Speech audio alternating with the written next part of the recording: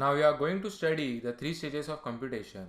Now here n is equal to 8, that is equivalent to 2 cube, that can be expressed as r raised to m. Here r is equal to 2 and m is equal to 3. So computation of 8-point DFT using radix to FFT involves three stages of computation. The samples of x of n can be considered as x of 0, 1, x of 2, x of 3, x of 4, x of 5, x of 6 and x of 7. Now let us see how the first stage computation is done. In first stage computation, two numbers of 4-point sequences, say g1 of n and g2 of n, are obtained from x of n. That is, g1 of n is equal to x of n plus x of n plus capital N by 2. Then it can be expressed as x of n plus x of n plus 4, as capital N is 8. Here n ranges from 0 to 3. So let us see how it works. When n is equal to 0, g1 of n is equivalent to g1 of 0, that is x of 0 plus x of 4. When n is equal to 1, g1 of n is equivalent to g1 of 1, that is x of 1 plus x of 5.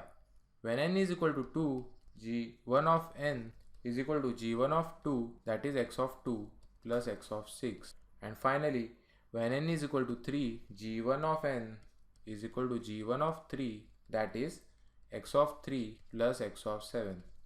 We have obtained this number using these equations, that is n is equal to 0, that is x of 0 plus 4, that gives us x of 4.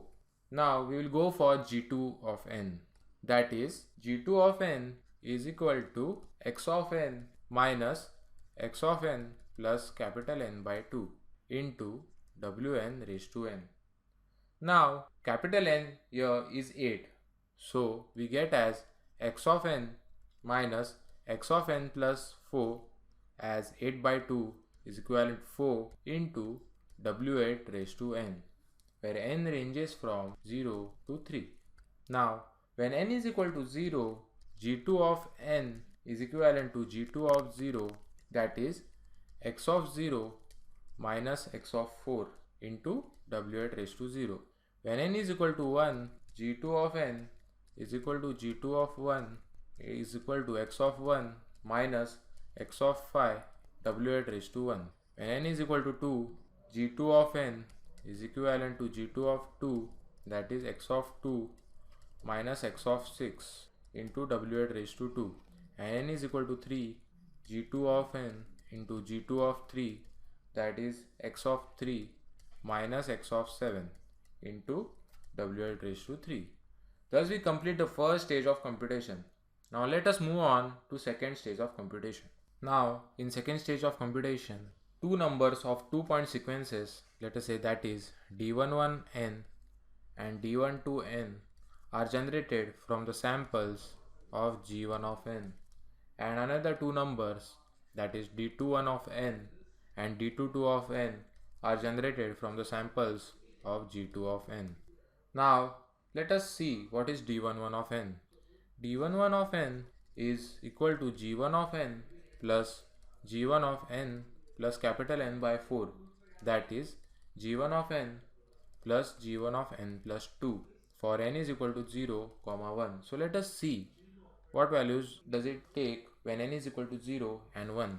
When n is equal to 0, d11 of n is equivalent to d11 of 0, that is g1 of 0 plus g1 of 2. When n is equal to 1, d11 of n is equal to d11 of 1, g1 of 1 plus g1 of 3. Now let us move on to d1 of 2n. d1 of 2n can be written as g1 of n minus g1 of n plus capital N by 4 into wn by 2 raised to n, that can be given as g1 of n minus g1 of n minus 2 into w4 raised to n for n is equal to 0, 1. And n is equal to 1, d1 of 2 n is equal to d1 of 2 of 0, that is g1 of 0 minus g1 of 2 into w4 raised to 0. And when n is equal to 1, d1 of 2n is equivalent to d1 of 2 1 g1 of 1 minus g1 of 3 into w4 raised to 1.